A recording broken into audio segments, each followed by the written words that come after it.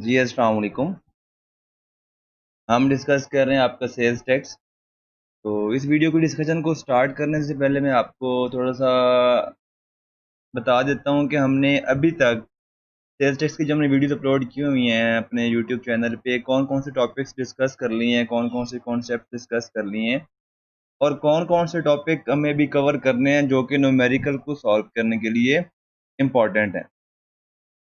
इस सबसे पहले हमने डिस्कस किया है tax period, registered person, supply क्या होती है, फिर taxable supplies, exempt supplies, zero rated supplies में कौन कौन सप्लाईज कवर होती हैं हमने प्रॉपरली थ्रू एग्जांपल्स को डिटेल में डिस्कस किया हुआ है।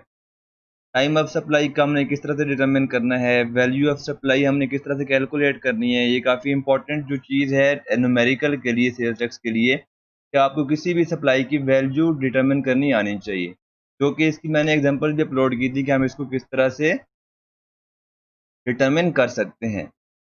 फिर हमने डिस्कस किया कि हमने सप्लाईज के ऊपर रेट ऑफ टैक्स को किस तरह से अप्लाई करना है। ये भी हमारे पास डिफरेंट रेट ऑफ टैक्स हैं डिफरेंट सप्लाईज के लिए। उस पर एक डिटेल्ड वीडियो ऑलमोस्ट 20 मिनट्स की अपलोडेड है, आप वो चेक कर सकते हैं। और अगर एक्सेस सेल्स टैक्स हमने कलेक्ट कर लिया है सप्लायर ने या जो बंदा सेल कर रहा है, जो बंदा लाइबल टू पे सेल्स टैक्स है, तो उस केस में क्या ट्रीटमेंट होगा हम वो भी डिस्कस कर चुके हैं। And joint and several liability of registered person, ये एक कॉन्सेप्ट था कि अगर आपको पता है कि आप जिस पर्सन से परचेजेस कर रहे हैं वो रजिस्टर्ड पर्सन तो है सेल्स टैक्स में, लेकिन वो सेल्स टैक्स जो आपसे कलेक्ट कर रहा है वो गवर्नमेंट को पे नहीं कर रहा, और आपको पता होने के बावजूद भी आप कुछ एक्शन नहीं ले रहे, तो उस केस में आप दोनों की क्या होगी, ज्वाइंट लाइबिलिटी होगी। जो भी पेनल्टीज होंगी दोनों को ज्वाइंटली होंगी।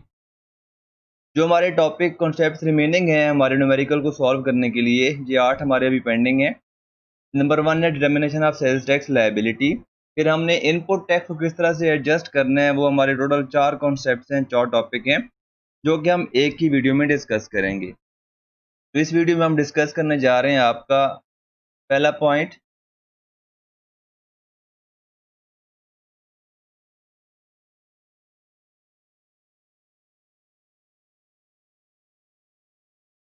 फिर हम इसमें डिस्कस करेंगे आपका फोर्थ पॉइंट, जिसमें हम डिस्कस करेंगे आपका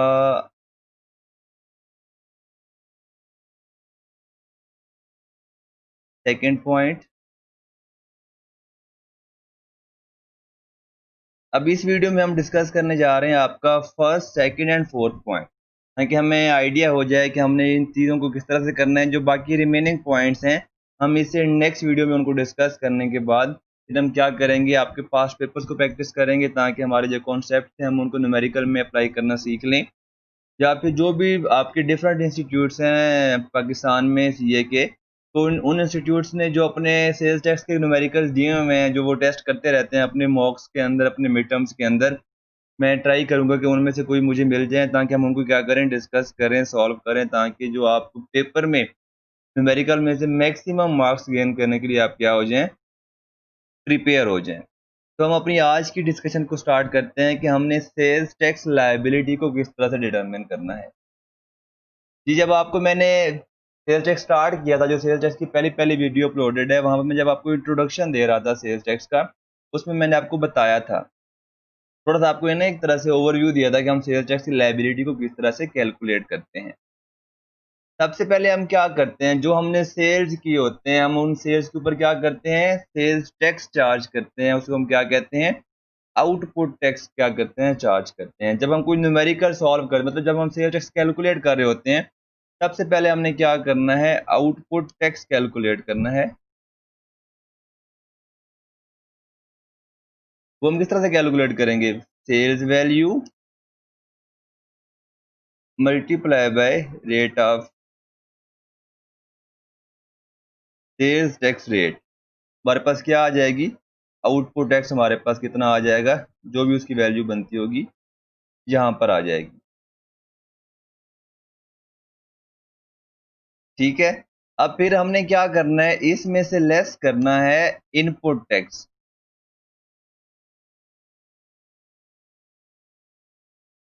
अब इनपुट टैक्स क्या होता है, जब हम परचेजेस करते हैं तो हम परचेज के ऊपर क्या करते हैं, जो हमारा सप्लायर है वो उसकी सेल्स है, वो भी क्या करता है, हमें सेल्स टैक्स चार्ज करता है। तो जो हम सेल्स टैक्स पे कर रहे होते हैं परचेजेस के दौरान, उसको हम क्या कहते हैं, इनपुट टैक्स कहते हैं। तो ये आप कहाँ से कैलकुलेट करेंगे, जो आपके पास इनवाइसेस होंगी, आप क्या करेंगे, टोटल परचेजेस को for example multiply by sales tax rate, आपके पास क्या बन जाएगा, ये इनपुट टैक्स बन जाएगा। तो आपकी जो सेल्स टैक्स की लायबिलिटी वो क्या होगी, सेल्स टैक्स लायबिलिटी आपने किस तरह कैलकुलेट करनी है, वो आपकी होगी output tax minus input tax. ये आपकी क्या होगी, लायबिलिटी होगी। ठीक है, आपकी ये सेल्स टैक्स लायबिलिटी क्या होगी, आपने सबसे पहले क्या करना है, आउटपुट टैक्स कैलकुलेट करना है। आउटपुट टैक्स हम कैलकुलेट करना सीख चुके हैं, क्योंकि आपको मैंने क्या बताया है, आउटपुट टैक्स क्या होता है, sales value multiply by sales tax rate.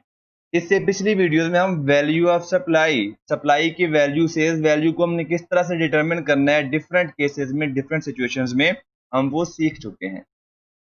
जो भी आपको सिचुएशन गिवन होगी, आप उसमें से सेल्स की वैल्यू, सप्लाई की वैल्यू कैलकुलेट करेंगे, और उस पर जो रेलेवेंट सेल्स टैक्स रेट जो एप्लीकेबल होगा हमारे सिलेबस में क्या है, 17% उससे मल्टीप्लाई करेंगे, हमारे पास क्या आ जाएगा, आउटपुट टैक्स आ जाएगा। और इनपुट टैक्स क्या होता है, जो हमने परचेज के ऊपर सेल्स टैक्स पे किया होता है, वो हमारा क्या होता है, इनपुट टैक्स होता है। अब इनपुट टैक्स हमारे पास डिफरेंट टाइप्स का हो सकता है। ये है कि आपने परचेज ऑफ गुड्स पे क्या किया है,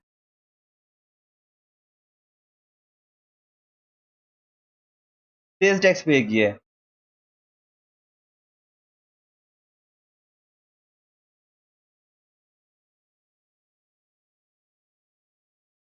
हमने जो पहले डिस्कस किया वो क्या है कि हमने क्या किया है, sale of sorry sales tax paid on purchase of goods, sales tax on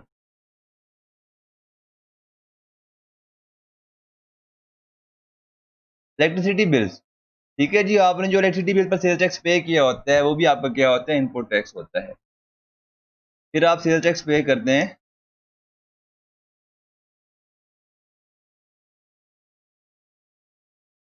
ठीक है जी, sales tax paid on telephone bills, ये जो आपके क्या होता है, इनपुट टैक्स होता है। क्योंकि जब आपकी जो टेलीफोन के बिल्स आते हैं, आपके जो इलेक्ट्रिसिटी के बिल्स आते हैं, उसके ऊपर भी आपको टैक्स चार्ज होता है। एक आपका सेल्स टैक्स चार्ज होता है, और एक आपका इनकम टैक्स चार्ज होता है। इनकम टैक्स आपका क्या होता है, एडवांस टैक्स होता है, जो आप फ्यूचर में जाकर जब आप इनकम टैक्स की लायबिलिटी कैलकुलेट करते हैं, आप उसके अगेंस्ट एडजस्ट करते हैं। फिर आपके पास पॉसिबल क्या है, सेल्स टैक्स,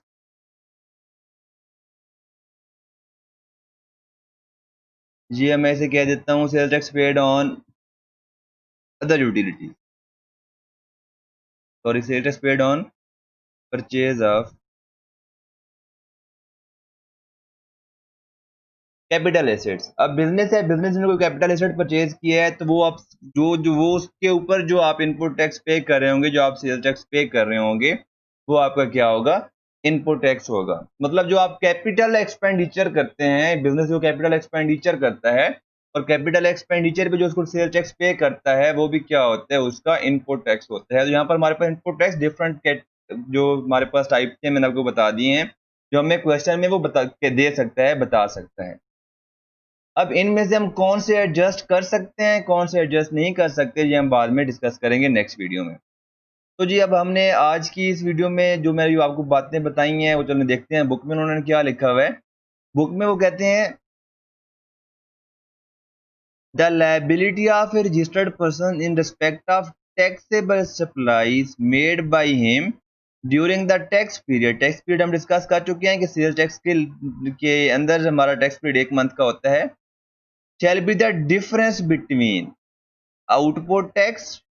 ठीक है जी, हमने भी अब यहाँ पर मैंने आपको बताया था कि हमारे पास क्या होता है, sales tax liability, difference between output tax minus input tax, जहां पर वही आपको वो वर्डिंग में बता रहा है, due from him in respect of taxable supplies made during a tax period. जो इस टैक्स पीरियड में उस रेलेवेंट मंथ में जितनी भी हमने सप्लाईज की होंगी, जितनी भी हमने सेल्स की होंगी, उस पर हमने क्या करना है, सेल्स टैक्स जो कैलकुलेट करेंगे, चार्ज करेंगे, वो हमारा क्या होगा, आउटपुट टैक्स होगा। एंड इनपुट टैक्स पेड और पेएबल, मतलब क्या हुआ, अगर आपने कोई क्रेडिट पर भी परचेज की है तो आपने पेमेंट भी शायद फ्यूचर में करनी है, 2 मंथ के बाद करनी है, 3 मंथ के बाद करनी है, लेकिन आप पेमेंट करेंगे तो आप सेल्स टैक्स पे भी तो करेंगे ना, साथ में पेमेंट वो भी इन्वॉल्व इंक्लूडेड होगी। यहाँ पर वो कह रहा है इनपुट टैक्स पेड और payable during the sales said tax period for the purpose of taxable supplies made और to be made by him excluding the amount of further tax. हम डिस्कस कर चुके हैं फर्दर टैक्स क्या होता है, कि अगर आप अनरजिस्टर्ड पर्सन थे, क्योंकि हम फर्दर टैक्स किस पर चार्ज करते हैं, further on supplies to unregistered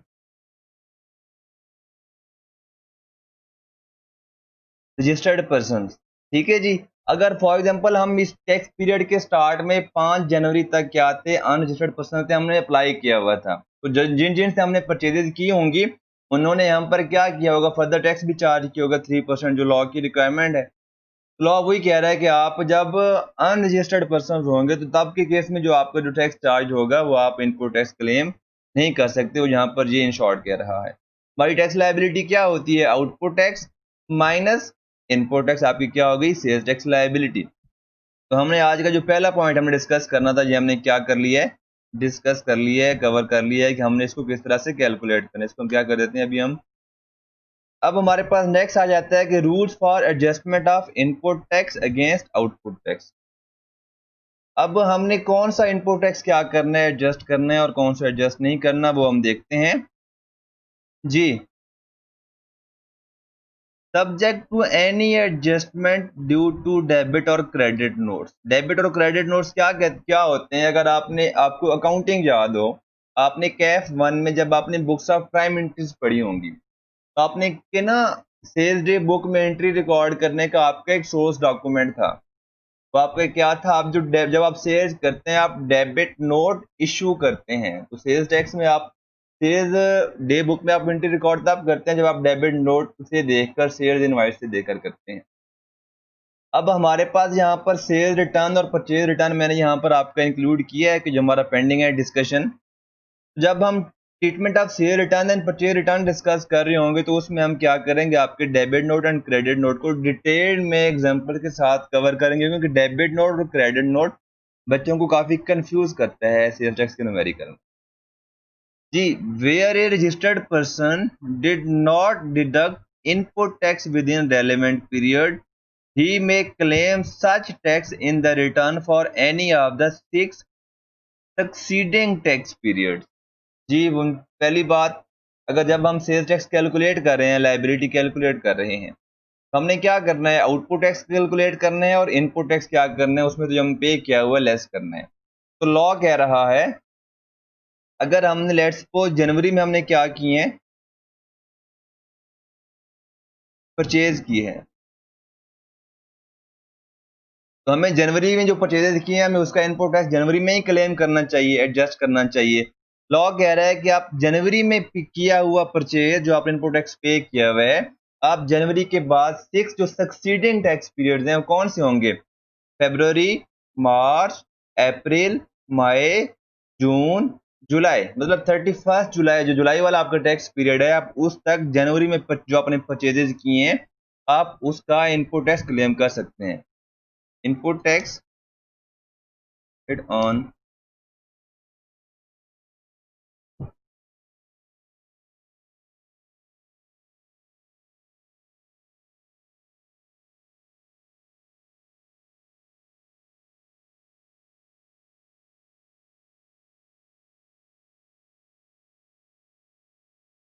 ठीक है जी। तो जो हमने जनवरी में हमने जो परचेजेस किए हैं उन पर जो हमने इनपुट टैक्स पे किया था, अगर हम जनवरी में हम क्लेम नहीं करते तो हम उसको जुलाई तक क्या कर सकते हैं, क्लेम कर सकते हैं, लॉ ने हमें परमिशन दी है।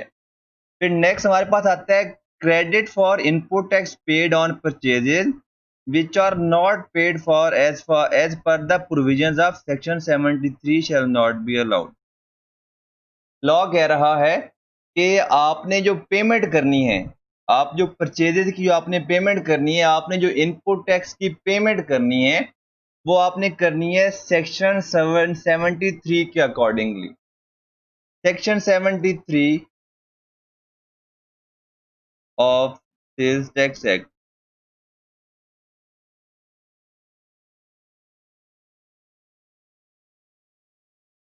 buyer must pay through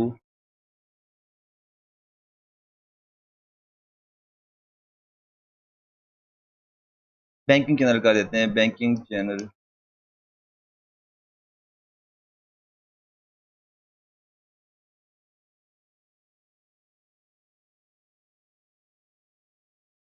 जी सेक्शन 73 कहता है कि जो बायर है,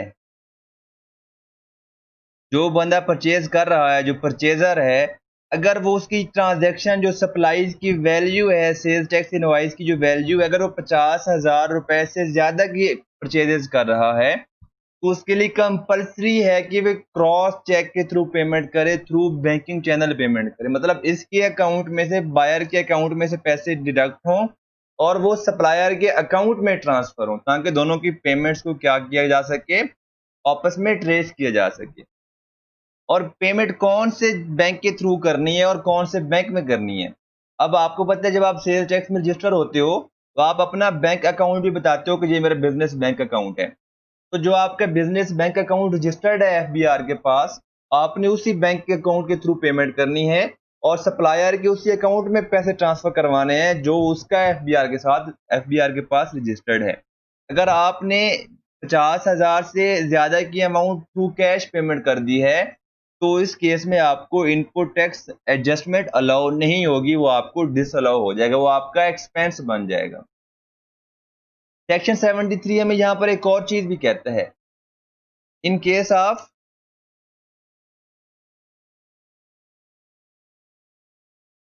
क्रेडिट परचेजेस। आपने अब क्रेडिट पे परचेज कर ली है इस मंथ में, तो लॉ कहता है कि आप क्या कर सकते हो, इनपुट टैक्स क्लेम कर सकते हो।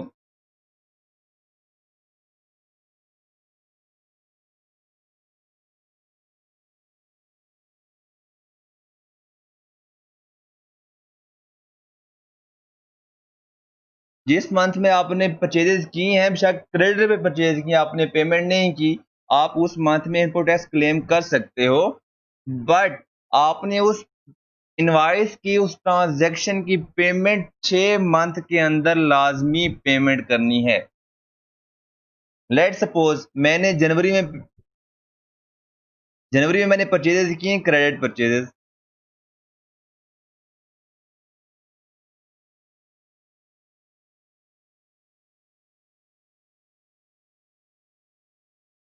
अब रुपीज ये मैं कह देता हूँ 75,000, एंड मैंने इनपुट टैक्स क्लेम कर लिया।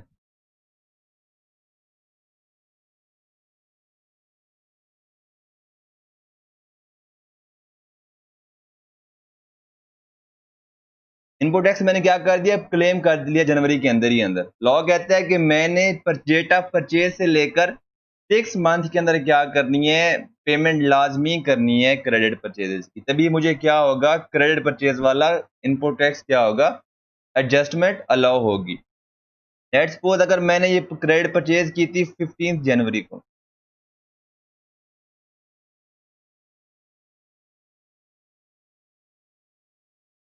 15 जनवरी को मैंने क्या की थी, यहाँ पर मैंने क्रेडिट परचेज की थी, और ये 6 मंथ बनते हैं मेरे पास, 180 डेज बनते हैं, 15 फेब, 15 मार्च, 15 अप्रैल, 15 मई, 15 जून, 15 जुलाई। अब payment must be made with in 180 days. अगर मैं 180 डेज के अंदर पेमेंट कर देता हूं तो कोई मसला नहीं है, जो मैंने इनपुट टैक्स क्लेम जो मैंने पे किया था वो ऑलरेडी मैं जनवरी के मंथ में ही क्या कर चुका हूं, क्लेम कर चुका हूं। लेकिन अगर पेमेंट इज मेड ऑन 5 अगस्त, अब यहां पर जो मैंने पेमेंट किया है वो ऑलमोस्ट 200 डेज के बाद की है।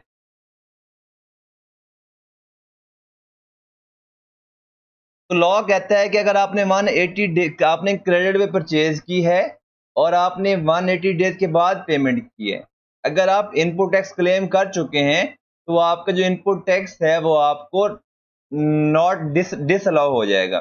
तो आपने क्या करना है, अपने इनपुट टैक्स में से आपको दोबारा क्या करना है, ऐड बैक कर देना। जो आपने इनपुट टैक्स की एडजस्टमेंट ली थी वो आपने वापस ऐड बैक कर देनी, आपको डिसअलाउ हो जाएगा। आई थिंक आपको ये बात क्लियर हो गई होगी। अब हम अपना थर्ड पॉइंट की तरफ जाते हैं कि वो क्या कहते हैं।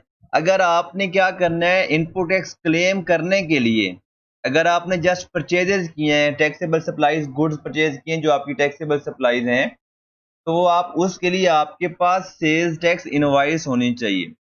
अगर जो बायर है, जो बंदा जो इनपुट टैक्स क्लेम कर रहा है, उसके पास सेल्स टैक्स इनवॉइस होनी चाहिए उस कंपनी के अपने नेम पर, उसके ऊपर उसका रजिस्ट्रेशन नंबर भी आना चाहिए। और उसके अलावा जो सप्लायर है, सप्लायर का भी जो एनटीएन है, जो सेल्स टैक्स नंबर है, उस इनवॉइस के ऊपर आना चाहिए। And in case of supply of electricity और gas, a bill bearing his registration number and address where the connection is installed. ये आपको मैंने बताया था कि आपको इनपुट टैक्स कौन कौन से आपके पास डिफरेंट हैं। आपके पास यूटिलिटीज के केस में आपको क्या होता है, आपको इनपुट की एडजस्टमेंट अलाउ होती है। आपको यूटिलिटीज का इनपुट टैक्स तभी अलाउ होगा अगर आप जो इलेक्ट्रिसिटी बिल है वो कंपनी के अपने नाम पर होगा। अब परचेज ऑफ गुड्स में must have sales tax invoice.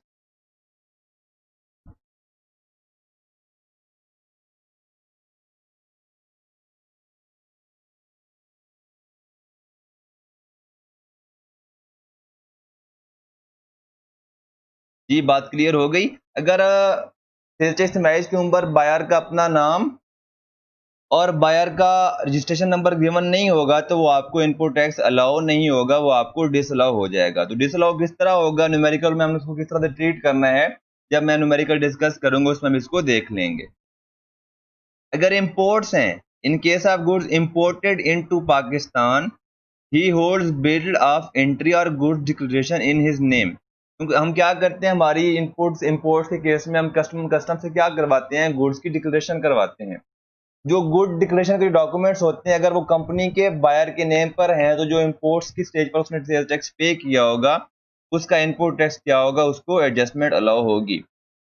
इसके अलावा हम क्या करते हैं, जो ऑक्शन हो रहा होता है, जो बोली लग रही होती है चीज़ों की, जो नीलामी हो रही होती है, अगर हमने कुछ गुड्स नीलामी के थ्रू परचेज किए और आगे फिर सेल्स किए, हमने सेल्स टैक्स पे कलेक्ट किया और पे भी किया है, तो लॉ कह रहा है अगर आपने नीलामी में कोई गुड्स परचेज किए हैं, ऑक्शन में कोई गुड्स परचेज किए हैं, तो उस केस में आपके पास जो चलान होना चाहिए, treasury challan bearing his name and his registration number showing payment of sales tax. जो अब आपने नीलामी में एक चीज़ परचेज की होगी, तो जो भी प्रॉपर डॉक्यूमेंटेशन होगी आपके पास, आपके अपने नाम की इनवॉइस और जिसके ऊपर आपने सेल्स टैक्स पे किया होगा, आपके पास होनी चाहिए, तभी आपको इनपुट टैक्स अलाउ होगा। ये बेसिक रूल्स थे इनपुट टैक्स की एडजस्टमेंट के, जो हमने यहाँ पर डिस्कस किए हैं। इसके डिटेल रूल्स, कौन से आपकी एडजस्टमेंट अलाउ होगी, कौन सी नहीं होगी, ये हम नेक्स्ट वीडियो में सेपरेटली डिस्कस करेंगे। सेक्शन 73 थोड़ा सा मैंने यहाँ पर डिस्कस किया, जो यहाँ पर डिस्कस था, लेकिन जो बाकी डिटेल में डिस्कस हम नेक्स्ट वीडियो में दोबारा भी करेंगे, जिसमें एक चीज़ और भी इंक्लूडेड होगी। आज की इस वीडियो का हमारा जो थर्ड एजेंडा था वो था change in rate of sales tax. अगर एक टैक्स पीरियड के दौरान हमारा सेल्स टैक्स रेट चेंज हो गया, उस केस में हम क्या करेंगे, कौन सा सेल्स टैक्स अप्लाई करेंगे। जी, लेट सपोज हमारा पीरियड है जनवरी 1 टू जनवरी 31। ठीक है। अब जो जनवरी 1 से लेकर 1 to 16, सॉरी, टू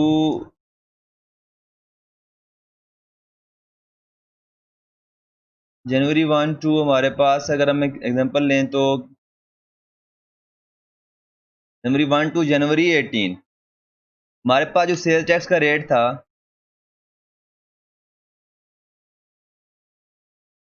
वाज 17%। ठीक है जी। बट ऑन जनवरी 19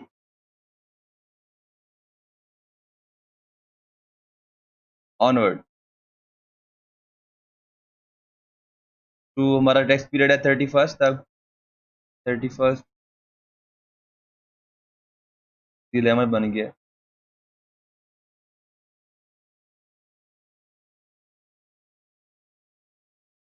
हमारा जो सेल टैक्स रेट है वो हो गया है 15%, कम हो गया। अब हमने अपने न्यूमेरिकल में अपनी रिटर्न में इसको किस तरह से ट्रीट करना है। लॉ कहता है कि जितनी भी सेल्स, जितनी भी सप्लाईज आपने जिस पीरियड में की होंगी, आपने वही रेट क्या करना है, अप्लाई करना है। इन शॉर्ट अगर आपको मैं बताऊं तो इस केस में हमने दो सेल्स टैक्स रिटर्न, दो डिफरेंट कैलकुलेशंस करनी पड़ेंगी। हम पहली बनाएंगे, हम क्या करेंगे, आउटपुट टैक्स कैलकुलेट करेंगे। ठीक है जी, किस तरह कैलकुलेट करेंगे, supplies to registered person,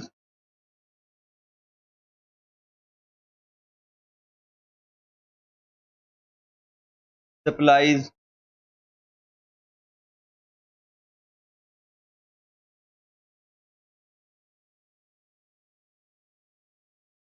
examined supplies, zero rated supplies. अब यहाँ पर मैंने डिफरेंट, हमारे पास सप्लाई, सारी सप्लाईज हैं, इनको मैंने अलग अलग क्यों लिखा है, क्योंकि मेरे पास डिफरेंट इनकी ट्रीटमेंट है। अब रजिस्टर्ड पर्सन्स को मैंने अलग लिखा है, अनरजिस्टर्ड को मैंने अलग लिखा है, क्योंकि मुझे पता है कि अनरजिस्टर्ड पर्सन्स में मैंने फर्दर 3% टैक्स चार्ज करना होता है, ताकि मुझे पता हो कि मैंने कितने अमाउंट पर फर्दर सेल टैक्स चार्ज करना है। Output tax period covering Jan 1st to 18। ये मेरे पास क्या है, मैं यहाँ पर दो वर्किंग बनाऊंगा। एक मैं बनाऊंगा